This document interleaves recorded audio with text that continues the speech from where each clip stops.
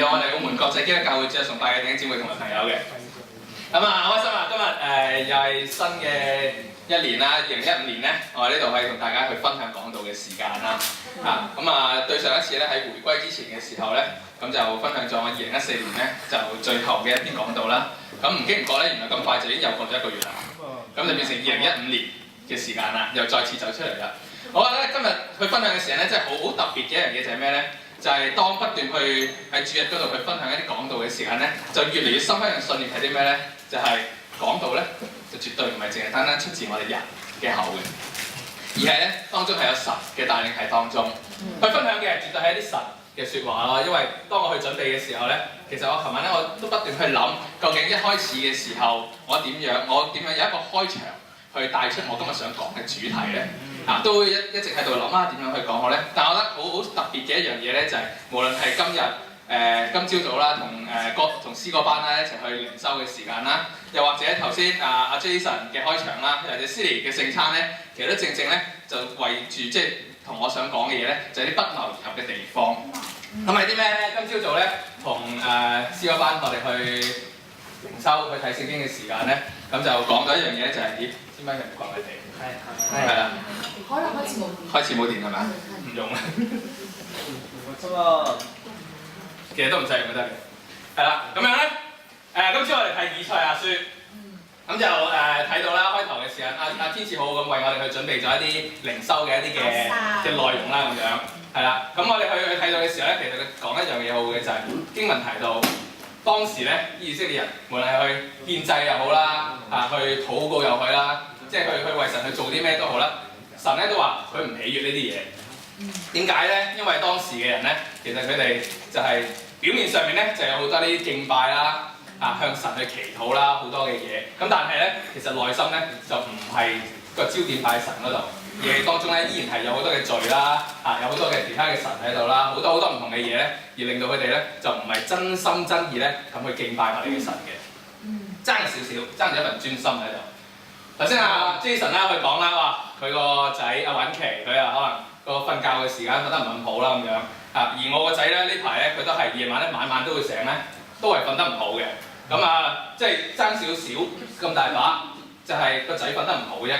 好似咧就係對個仔嚟講咧，就係個仔瞓得唔好咯。但係咧，其實呢少少嘅變化，呢少少嘅影響咧，對於我哋整個家庭嚟講咧，就係一個好大嘅影響啦。唔單止佢個仔瞓唔到，佢個家庭一個暴躁就個個都暴躁啦。咁阿仔一個喺度娃娃喺度喊嘅時候咧，咁我同我老婆咧，我哋一家三口咧，就我哋都想喊啦。因為佢瞓唔到嘅時候，即係代表緊我哋都冇得瞓咯。你又唔可能嘅，淨係由得佢喺度喊，唔理佢。佢半夜2點起身，半夜3點起身，半夜4點起身都好啦。你都要起身去處理佢。無論你係選擇你係安撫式嘅去安慰佢好，或者你選擇嚴厲啲去管教佢都好，你都係要起身嘅。咁所以都係想喊嘅。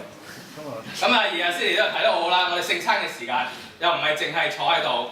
你坐喺度就咁剔個餅剔個杯，你又係守咗聖餐。你有好專心嘅態度，你好認真去思考十架為你有啲咩影響，又係守咗個聖餐。但係就係爭呢一份嘅專心，呢份嘅投入，呢份嘅認真，帶出嚟結果可以好唔同，可以係榮耀緊神嘅，亦都可以係食緊啲自己嘅罪，係可以好唔同嘅。我今日咧想分享嘅一個講道嘅題目咧就係差啲啲，就係爭一樣嘅嘢或者爭少少嘅嘢咧，可以帶嚟嘅嘢咧就會好唔同嘅。今日可能會有多啲嘅一啲嘅例子啦，去分享嘅時間咧。一開始嘅時候咧，我想分享咧，其中一樣嘢喎，一個人係啦，爭啲啲即係差啲啲啦嚇，差你可以用係係啦，我見到佢哋講緊啦嚇，差咧就係咩相差個差啦，係啦，咁啲啲咁你口語嚟嘅啫，寫兩個英文啲啲咯，又或者你中意文雅啲嘅，你咪差一點點咯。差點咁樣咯，爭啲啲係咪？係啦，咁一個人啦，叫做Edward Norton， 係啦，咁佢咧就係一個美國嘅數學家同埋一個氣象學家嚟嘅。咁喺1979年嘅10月29號咧，咁佢喺華盛頓嗰邊舉辦嘅一場美國嘅科學促進會入面咧嘅演講入面咧，佢就發表咗一篇嘅言論喎。咁幾有趣嘅，我覺得就同大家分享下啦。咁佢主要咧個重點咧，我唔長講啦，因為太複雜太長啦。咁主要咧佢想講嘅一樣嘢就係咩咧？佢話一隻蝴蝶如果喺巴西嗰邊，咁佢輕輕咁樣拍下佢對翼啦，佢嘅翅膀咧，就會令到咧就更多蝴蝶咧都會跟住一齊去拍嗰個翅膀嘅。最後咧就可能將會有數千隻嘅蝴蝶咧都會跟住嗰隻蝴蝶咧就一齊去拍嘢。咁而佢帶嚟咧嘅一個嗰啲咁嘅風咧，就可能咧有機會咧去導致到1個月後咧喺美國嘅德州咧就會發生一場龍捲風。咁啊開頭當然咁都唔止你蛙啦咁樣嚇。咁啊開頭佢發表嘅呢個言論嘅時間咧，咁當時嚟講，咁啊嗰啲科學家或者唔同人咧都會有啲震驚嘅，或者甚至咧有啲人咧可能認為，喂，係咪黐線㗎？蝴蝶拍下翼啫，嚇邊有咁誇張啊咁樣？咁但係咧，咁啊經過若干年啦，去到依家其實我哋都知道，或者可能讀科學或者清楚多啲科學嘅咧，都會知道其實呢一個咧就係一個理論，就叫做蝴蝶效應嘅 Butterfly Effect。咁啊係被證實咧係有咁嘅可能咧係會出現呢樣嘢嘅，一個好少嘅行為或者一個好少行動咧，可能會帶來好大嘅影響嘅。羅馬書14章第7節，聖經咧呢度咁講喎，我們沒有一個人為自己活。14章7節羅馬書，也沒有一個人為自己死。蝴蝶拍隻翼，我哋咧可能唔覺得有啲咩問題，可能亦都唔會冇乜大嘅影響啦。最多咪就係隻蝴蝶拍幾下，佢自己拍大啲咪飛遠啲咯咁樣。但係咧 Edward Norton 咧就話唔係嘅，係會為其他嘢咧係帶嚟一啲嘅影響嘅。而聖經喺更多年之前咧，已經喺經文呢度咧話俾我哋聽呢一個道理。我哋咧坐喺呢度，在座每一個人啦，包括我，包括你哋每一個人啦，冇一個人咧係為自己而活嘅。無論你過你嘅生活，你點樣過都好啦，或多或少咧，你都會對身邊嘅人咧係帶嚟啲影響嘅。冇錯。當然有好嘅影響啦，亦都可能會有啲唔好嘅影響嘅。神咧提醒我哋嘅生命咧係有價值嘅。無論你選擇去做或者唔做一樣嘢都好啦，都係會有影響嘅。美國咧有一部電影啦嚇，都相當耐歷史嘅一部電影啦。曾經都係一啲當時一啲聖誕入面嘅一啲嘅節目啦、電影啦，咁所以喺當時咧都係好 hit 嘅。咁咧英文咧佢嗰套戲嘅名咧就叫做 It's a Wonderful Life， 有啲人識係咪？係啦，咁中文咧譯咧，我覺得即係好特別嘅，唔知點。每一次咧，當我去睇啲外國嘅電影嘅時間，一見到中文咧譯翻出嚟嘅時候咧，特別可能係香港啦咁樣，用佢譯咧譯得好有趣。佢唔係將個字咧直接譯出嚟嘅。如果你去台灣或者去內地，可能都係將個英文譯翻出嚟啦嚇。如果係 It's a Wonderful Life， 會唔會係一個咩好嘅咩生命啊？定唔知點樣啦，人生咁樣。但係咧，佢呢套譯咧叫做咩名？叫做風雲人物。咁故事咧係講啲咩咧？講個男主角啦。George Bailey 啦，咁佢想自殺喎，因為佢覺得咧個人生冇乜意思啊，有唔同嘅嘢發生啦，咁就想死啦。而就喺佢想咧自殺嗰一刻咧，咁天使咧就降臨嚟到啦，就去開導佢啦，勸佢啦咁樣去，咁咧就俾佢咧就有一個好特別嘅情況出現，就係俾佢咧去睇一睇，如果呢個世界冇佢嘅話。或者佢哋冇簡嚟講就係佢冇喺呢個世界出世過嘅話，冇出過嚟嘅話咧，咁呢個世界會變成點咧？會有啲咩影響咧？咁會變成點咧？就係咁有啲人就會死咗啦。個原因係因為佢以前救過一啲人啦。咁而又或者有啲人咧就會坐監啦。有啲嘅人咧就可能會冇咗家庭啦，甚至嘅佢本身咧佢有嘅仔女咧都唔會出世啦，都唔會嚟到呢個世上，等好多嘅影響嘅。咁想講啲咩咧？其實天使咧就係想提醒 George Bailey， 就係話你嘅人生其實係有價值嘅。你嘅一生喺不知不覺當中咧，其實都係影響緊身邊嘅人嘅。而我哋嘅人生當中，每一刻同樣都係有價值嘅咯。耶利米書29章，可能基督徒嘅一定睇過啦，睇聖經嘅朋友咧，亦都相信咧都一定係睇過嘅。講話俾我聽，神喺我哋嘅生命當中係有計劃嘅。我唔知當你去睇到或者聽到呢段經文嘅時間，你哋會有啲咩感覺啦？但係咧，我記得咧，我想當年，當我哋睇到呢段經文嘅時候，耶利米書29章11節。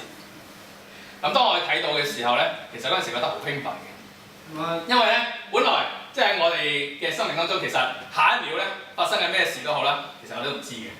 甚至就算可能一陣間即係做下完咗之後，如果大家想去飲茶嘅話，一陣間有冇位，你都係唔會知道嘅。咁但係咧，喺聖經呢度咧，就話俾我聽，喂，佢對我哋生命當中咧係一個計劃嘅。有計劃嘅話咧，即係代表緊一啲嘢係可以預期會出現嘅嘢啦。冇錯。而今日咧，唔係話係邊個俾喎，而係神一個。如果佢係一個全能嘅神嘅話，咁佢俾我哋計劃到最終其實一定會出現嘅咯。咁我唔知大家聽到嘅時候會唔會都有同樣有一個好興奮嘅態度啦。而一個美國好出名嘅一個作家啦、小説家啦，同時佢都係一個好幽默嘅一個幽默大師嚟嘅。佢叫做馬克吐溫。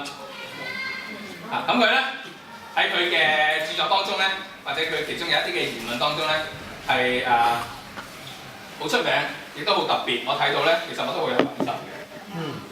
佢英文咧係咁講嘅。The two most important days in your life， 你生命當中最重要嘅兩個日子係咩咧 ？Are the day you are born， 你出生嗰日 ，and the day you found out why， 當你明白你嘅生命係為乜嘅時候。冇錯，我哋出世嘅時候對我嚟講係最重要㗎啦。而當另外一個日子就係、當你明白今日你點解要喺呢個世上，或者你喺呢個世上面係為咗啲乜嘢有方向有目標嘅時候，呢兩日係對我哋每一個人嚟講係最重要嘅。非常之同意呢樣嘢，因為如果唔係嘅話，其實我哋喺個生命當中你過下幾廿年，其實為啲咩都唔知道嘅話咧，其實冇乜意思。想同大家分享一個人物啦，就係佢嘅一生咧，佢嘅人生當中咧，佢做咗一個決定。而我相信咧，呢個決定咧，佢都認為係為世界咧帶嚟咗一個好大嘅影響。咁當然又真係帶嚟咗好大嘅影響嘅。咁佢係一個都係美國人嚟嘅喎。咁咧佢就叫做Joshua Law， 我唔讀嗰個英文好複雜。係啦，Joshua Lawrence， 當然叫張伯倫。係啦，外國人嚟嘅。1863年，當時咧佢34歲。佢咧亦都係佢亦都曾經咧係一個喺緬因州啦，即係美國嗰邊啦嘅一個學院入面嘅一個教授嚟嘅。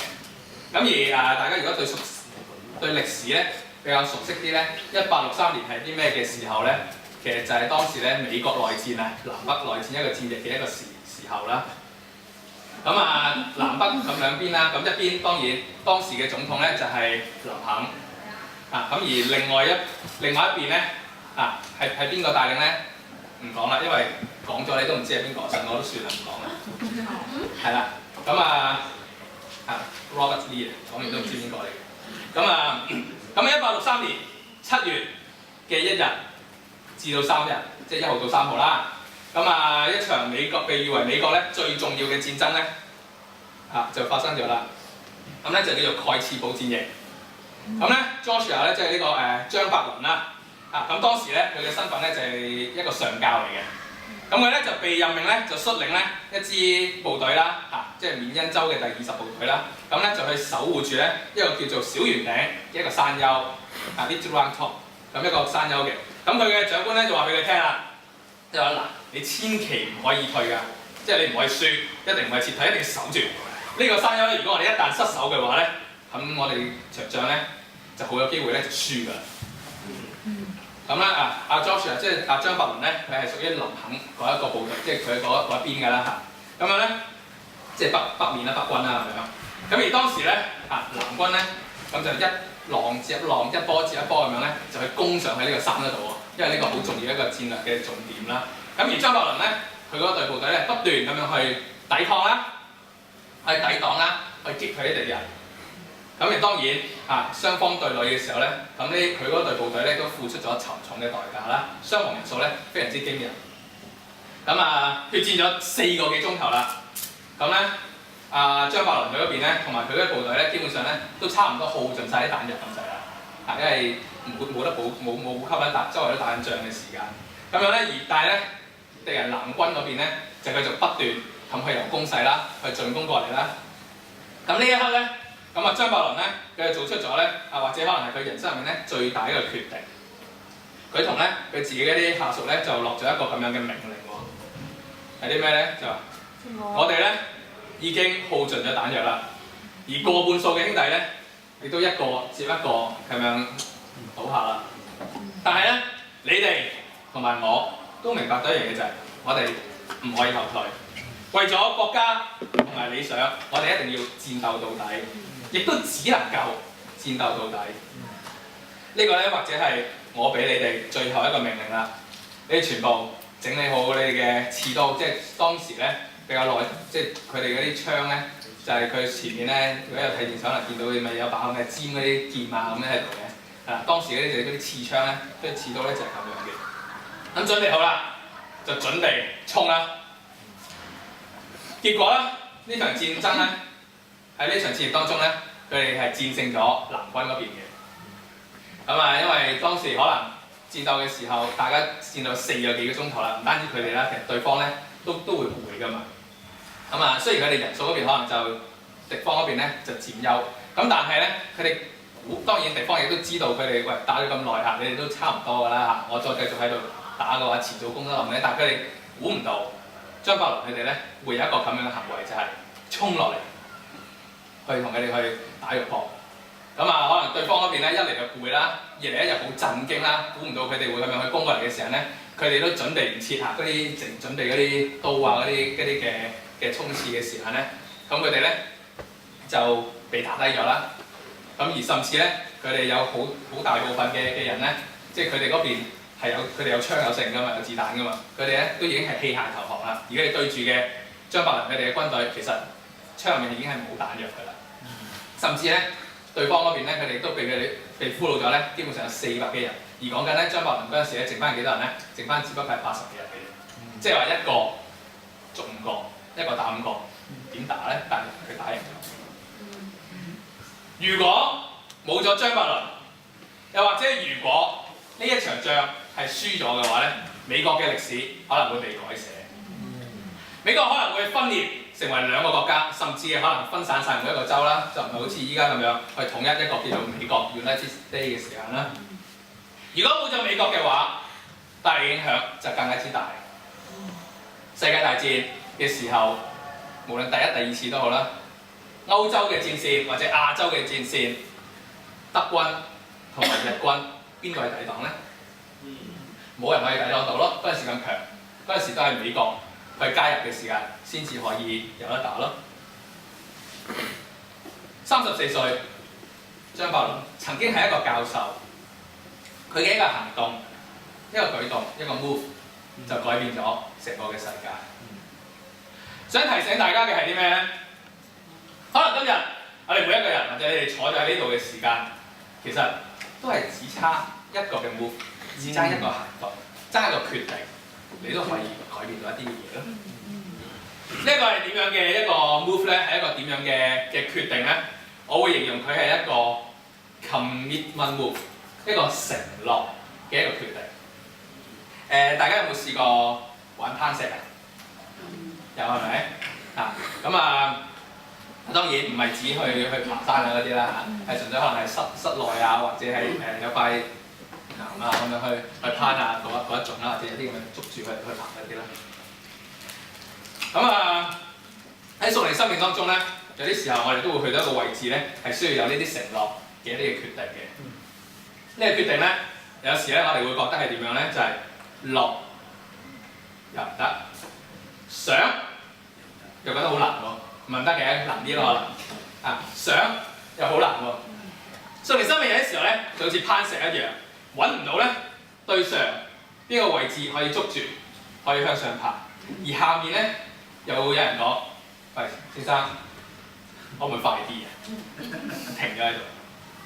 攀石咧，我哋要揾到落手同埋落腳嘅位置咧，先至可以將自己撐到上去嘅。屬靈上面咧，喺屬靈生命上面咧，我哋有啲時候都係唔知隻手可以放喺邊度，下一步咧我哋應該去邊嘅。英文咧有一個字咧，好想喺呢度咧去介紹俾大家嘅。頭先講緊攀石啦，如果你係一個攀山嘅一個專家咧，我可能會認識呢個字。呢個字咧喺字典入面咧係揾唔到嘅。咁當然呢個字都唔係我作㗎啦。咁啊，佢係一個咩字咧？呢、這個字咧其實係來自於一個好出名嘅一個人，係佢由佢而嚟嘅。佢叫做保加啦嚇。咁英文咧個算法咧就係 BOGART 啦。咁呢個係佢個 last name 即係佢姓嚟嘅。咁佢全名咧係啲咩咧？可能要比較熟悉電影啦，或者係比較年長啲人咧先會熟悉呢個人嘅。佢叫做堪富利保加。咁係乜水咧？係邊個嚟嘅咧？佢就係拍《北非諜影》呢套電影嘅男主角嚟嘅。咁啊，唔知有冇聽過啦嚇？咁有聽過呢套戲，可能都暴露咗呢個年齡啦。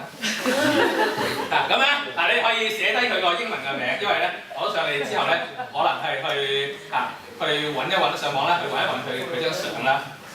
個串法咧係靠嘅，佢個名咧就係HUMPHREY 空格啦，跟住 BOGART 堪富利保加。當你咧上網去揾佢嘅時候咧，咁你應該咧會揾到佢其中一張相。咁咧呢張相係點樣嘅咧？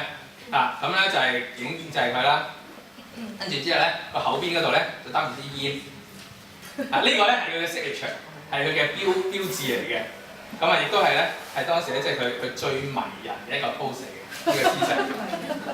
係啦，因為呢個咧堪富利保加咧其實係好出名嘅，因為喺99年嘅時間咧，其實佢都被譽為咧係美國即係100年內啦其中最偉大最重要嘅演員之一。咁咧當我想介紹個字未講係啦，叫做保加症，即係 BOGARTING。咁咧佢嘅意思係咩咧？就係指一個人佢有啲嘢又唔想又唔落即係好似佢擔住啲煙咁，你又唔係食，你又唔係唔食，咁你想點咧？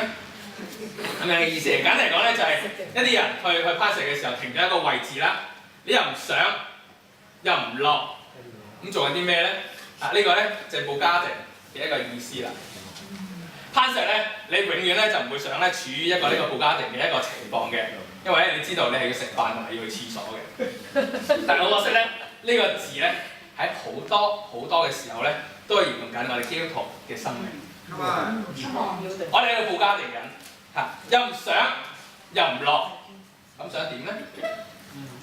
支煙你又唔點，又唔係食，但係咧又黐住喺個口邊，咁你咁型，你玩晒啦！咁想點啫？係咪？成日都係形容緊呢個情況，我覺得，包括我自己啦。可能咧，我哋已經咧停留咗一個地方太耐啦，係時候咧要向前衝，揾啲嘢做下。可能已經習慣咗停留喺一個地方好耐，好舒服。如果咧一個人同神真係有一份好緊密嘅關係嘅話咧，應該咧係經常喺度 move。喺度移動緊嘅，喐緊嘅，因為咧佢會好想不斷咁去越嚟越似神，而會向前去行咯。好可惜咧，我哋有陣時咧都會選擇停留咗喺度，去滿足現況嘅時間咯。如果打開聖經嘅話，我哋可以揾到無數嘅例子啦。當一個人願意決定作出呢個承諾嘅一步去行前嘅話，神咧會有一個好大好唔一樣嘅圖畫咧，會俾佢哋見到嘅。例如啦。當亞伯拉罕佢選擇放低以撒喺祭壇前面作出嘅決定去獻以撒嘅時候，神俾佢見到一個好不一樣嘅圖畫。神將佢嘅後代會變成好似天上面嘅星，好似地上面嘅沙咁多。呢個係一個承諾嘅一步。摩西企喺法老前面，同法老講：喂，俾我啲人去離開呢度，去離開埃及嘅時間。呢一個係為神去作出咗呢個承諾嘅一步。約拿單帶住身邊嗰個人，佢一齊去打非利士人，呢個係承諾嘅決定。但以理喺當時，佢願意去為神而去拒絕國王，去俾佢哋一啲即係祭祀過拜過偶像嘅食物。呢個係對神一個承諾嘅一個決定。尼希米佢帶領班以色列人要去翻去重建翻個城牆，呢一個係一個承諾嘅決定。大家可以寫低經文，我唔讀太多啦。彼得行在水面上，呢個都係一個承諾嘅決定。保羅佢願意無論佢過往點樣都好啦，當耶穌嚟到即係主嚟到去揾佢嘅時間，佢經過3日，佢願意去受洗，成為門徒，去服侍主嘅時間，呢個係一個承諾嘅決定。當願意作出承諾嘅一步嘅時間，神就會改寫你嘅歷史。今日咧好想咧喺聖經嗰度咧去分享2個人物，我哋而家去睇下咧佢做咗啲乜嘢而變得唔一樣嘅時間，又或者點解聖經都會記載咗佢咧？有聖經嘅我哋打開馬太福音第15章，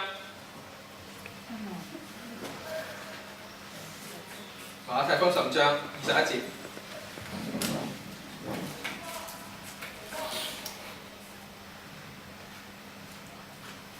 聖經呢度講馬太福音25章，馬太福音15章21節。耶穌離開那裏，去到推羅西頓的境內去。有一個迦南婦人從那地方出來，喊着說：主啊，大衛的子孫，可憐我，我女兒被鬼附得甚苦。耶穌卻一言不答。門徒進前來求他說：這婦人在我們後頭喊叫，請打發他走吧。耶穌說：我奉差遣，不過是到以色列家迷失的羊那裏去。那婦人來拜他說：主啊，幫助我。他回答說：不好拿兒女的餅丟給狗吃。婦人說：主啊，不錯，但是狗也吃他主人桌子上掉下來的碎渣。耶穌說：婦人，你的信心是大的，照你所要的給你成全吧。從那時候，他女兒就好了。係咪？呢個人咧，我哋對佢係一無所知嘅，聖經亦都冇記載佢好多嘢。我哋淨係知道佢係一個迦南嘅婦女。聖經冇記載佢叫咩名，咩都冇，甚至咧淨喺呢度出現咗一陣，之後咧就消失咗，冇再出現過啦。但係咧，佢俾耶穌咧去講咧係點樣咧？英文咧係話 You have great faith， 你有大嘅信心，你嘅信心係大嘅。如果呢句説話咧出自我哋嘅口咧，其實冇乜意思。但係你知道呢一句説話咧係耶穌講嘅，係從神嘅口中咧去講出嚟。你知道，如果要令到創造天地萬物嘅神咧去感到驚嘆咧，就絕對唔係一件容易嘅事。呢個女人好想咧耶穌去幫佢，原因好簡單，就係因為佢個女咧就被鬼附喎。佢唔係猶太人，佢又唔係門徒。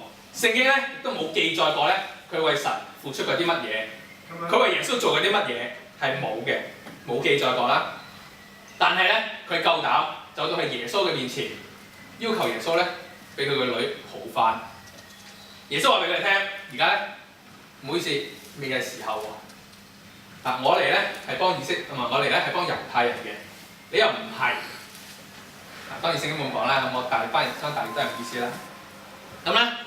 個婦人咧就話咧：狗啊，都食佢主人跌落嚟嗰啲渣啦、渣滓啦、碎渣啦，你諗計啦咁樣。咁咧，耶穌咧驚嘆嘅係啲咩咧？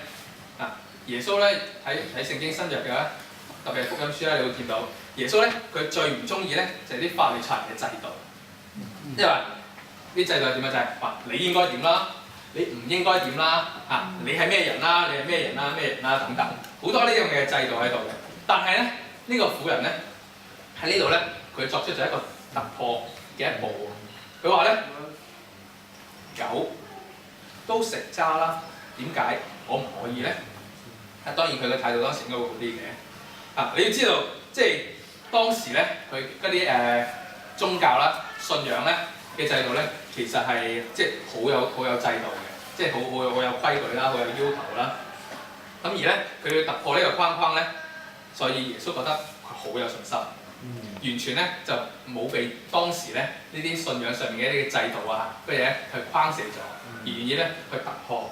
呢一個咧係一個 commitment move， 係一個承諾嘅一步。咁我想問下大家，咁你哋自己承諾嘅一步又係啲咩咧？基督徒嘅你哋可以試去諗三樣嘢喺你哋生命當中咧，覺得會難嘅，甚至咧可能係冇乜可能嘅。唔使話俾我聽，你哋或者依家未諗到咁樣樣，之後咧，我估你哋去諗下，會有啲乜嘢喺你哋生命當中係覺得好難，甚至冇可能嘅。諗三樣嘢，然之後咧要同神講話，我想呢樣嘢發生，我想呢樣嘢出現，而去依靠神，向神去祈求。朋友嘅或者查緊聖經嘅，或者未查聖經嘅你啦，聖經神。可能你知道，你都覺得係好嘅，如果唔係，你都唔會嚟到呢度啦。但係咧，可能嘅你會覺得，喂，我仲爭一樣嘢喎，爭一個 commitment move， 爭一個承諾嘅決定，遲遲咧都未可以決定到。又或者咧，可能俾呢個世界咧仲有一啲嘢去吸引住你嘅，好想鼓勵你哋，你挑戰你哋去做一個決定，去踏前一步，去認真咁去專心投入喺呢個聖經當中。你會見到一個好唔一樣嘅改變。我覺得咧，我哋成日都講我哋係門徒，我哋係基督徒啦。基督徒咧，冇錯喺字典嗰度咧，可能佢係一個名詞，但係咧，我個人咧，我認為咧，其實基督徒咧就唔係一個名詞嚟嘅，佢應該係一個動詞嚟嘅。因為咧，基督徒咧，其實應該係一切咧係以行動為先嘅。你唔係淨係單單企喺度，我係基督徒，而係你係喺生命當中，其實應該有好多嘅 movement。有好多 action， 好多嘅行動當中，去俾身邊嘅人見到你係門徒，所以我認為你其實呢個應該係一個動詞嚟嘅。當你仲喺度等緊一個啱嘅感覺去行嘅時候，其實你就係保加利緊咯，喺度等緊咯，又唔係上，又唔係落，但即係唔上唔落又要型咁樣。其實咧，你要行嘅，你要行出嚟，你要不斷咁去行。而去行去一個覺得啱嘅感覺咯，就唔係淨喺度等嗰個感覺嚟，一等係唔會嚟嘅。2000年前，耶穌咧俾我哋嘅絕對咧，就係好似張伯倫咁樣，係要向前衝、向前衝、向前衝。耶穌咧從來咧都冇吹過咧退後嘅呢個號角嘅時間。另一段咧想同大家分享嘅《使徒行傳》第9章。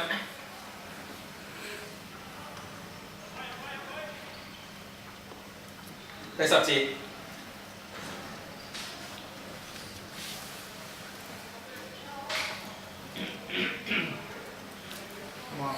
寫佢講，第10節開始，第9章第10節。當下在大馬士革有一個門徒，名叫亞拿尼亞。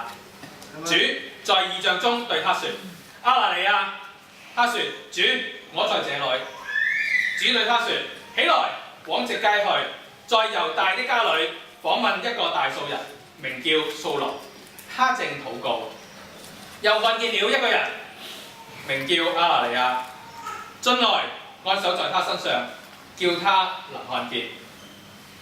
亞拿尼亞回答說：主啊，我聽見許多人說，這人怎樣在耶路撒冷多多苦害你的聖徒，並且他在這裡有從祭司長得來的權柄，捆綁一切求告你名的人。主對亞拿尼亞說：你只管去，他是我所揀選的器皿，要在外邦人和君王並以色列人面前宣揚我的名。我也要指示他，為我的名必須受許多的苦難。耶穌咧喺呢度叫亞拿尼亞咧，就話去啦。咁而咧嗰一刻咧，亞拿尼亞就喺度保加利緊啦，停咗喺度。可能佢咧會諗，我具體啲可能用我口語我去傳譯咧就話：搞咩啊？佢喎，阿掃羅喎，呢個人係捉我哋門徒嘅人嚟嘅喎。耶穌咧，但係咧第15節嗰度咧，佢就話英文咧，佢就話中文係你只管去啦，但係英文咧一個字 go， 一個暗拍號。你去啦，你去做呢個決定啦。make 呢個 commitment move， 你做呢個承諾決定去踏前呢一步啦，為我。今日我哋嘅承諾嘅決定，其中一樣最重要嘅咧，其實咧依然係一樣嘢嘅啫，就係要將福音去傳俾身邊嘅人咯。可能咧你會話，喂，又係講呢啲，又係講呢樣嘢。冇錯，我就係講呢樣嘢。但係咧，我哋講呢樣嘢之前咧，其實我都講咗好多其他嘅嘢啦。我鋪排咗好耐先講呢樣嘢㗎，先鋪排到嚟講呢度嘅。係啦，咁我都講咗好多一啲關於神嘅呢嘅嘢去俾你聽。但係唔好忘記，神都提醒緊我哋，包括提醒緊我自己。我哋承諾嘅一步係要將福音去傳俾身邊嘅人。喺頭先講嗰場戰役啦，嗰場美國嘅南北嘅內戰30年之後，咁1890幾年啦。咁張伯倫咧，咁就上台咧，去接受一個勳章。咁佢當佢接受呢個勳章嘅時候咧，佢就講咗以下嘅一番説話。英文咧，當然佢講嘅係英文啦。咁就佢咁講嘅 ：I have deep within me the inability to do nothing. I knew I would die, but I also knew that I would not die with a bullet in my back. 佢好清楚啦，佢亦都好深刻咁樣有一個inability to do something 啦。我唔知點樣譯咧會最貼切啦，但係咧我相信咧我哋都好明白一樣嘢咧，就係我哋咧好清楚我哋係可以有呢個 ability to do nothing 嘅，即係咧我哋係絕對有能力咧係乜都唔做嘅。咁 inability to do nothing， 咁 inability 即係你將頭先呢個我哋有能力去唔做任何嘅嘢咧，其實你反過嚟講咧就係咁上下嘅意思咯，即係話就係inability 係解冇能力啊嘛，咁 to do nothing 即係冇能力冇能力去唔做嘢，簡單嚟講就係我哋唔可以唔做嘢咯，即係類似嘅意思啦嚇，我唔知中文點樣可以最簡單最貼切啦嚇，總之就係唔可以唔做嘢咯咁樣嘅意思啦。係啦，咁弟兄姊妹，我哋係時候咧，包括我自己都係，當我哋準備嘅時候咧，都係對我自己一個好嘅提醒，就係我哋要諗下有啲乜嘢係我哋想去做而又未去做嘅，或者咩我哋係應該去決定，但係又未去決定嘅。喺完結之前咧，好想同大家分享一個諗法，一個好簡單嘅諗法，可能你都諗過，但係咧我好想咧喺呢度再提一提大家嘅。喺神嘅眼中，一件小嘅事都可以變成一件大嘅事。就好似開始講嗰個蝴蝶效應咁，就算跑太遠咧，都可能帶嚟好大嘅影響。一小步可以變成一大步。如果咧你真係明白呢一個道理嘅話咧，你嘅基督徒生命咧應該會有一個革命性嘅改變。冇錯。小事包括啲咩咧？就係可能係決定每一日好認真咁去睇聖經啦。呢啲小事，呢一步包括啲咩咧？可能就係每日都去為住同一件嘅事，去懇切咁樣去祈禱咯。又或者嘅小事包括啲咩咧？就係決定每一日去揾一個你唔認識嘅一個陌生人，你就去同佢傾偈咯。唔好講到話去分享生命啦，你去認識佢咯，你去同佢傾偈咯。神咧就會將一啲嘅小事就會變成大事。可能就係差啲嘅啫，就係差呢一步，你嘅基督徒生命，甚至可能你嘅人生會變得好唔一樣嘅。願神祝福佢嘅話語。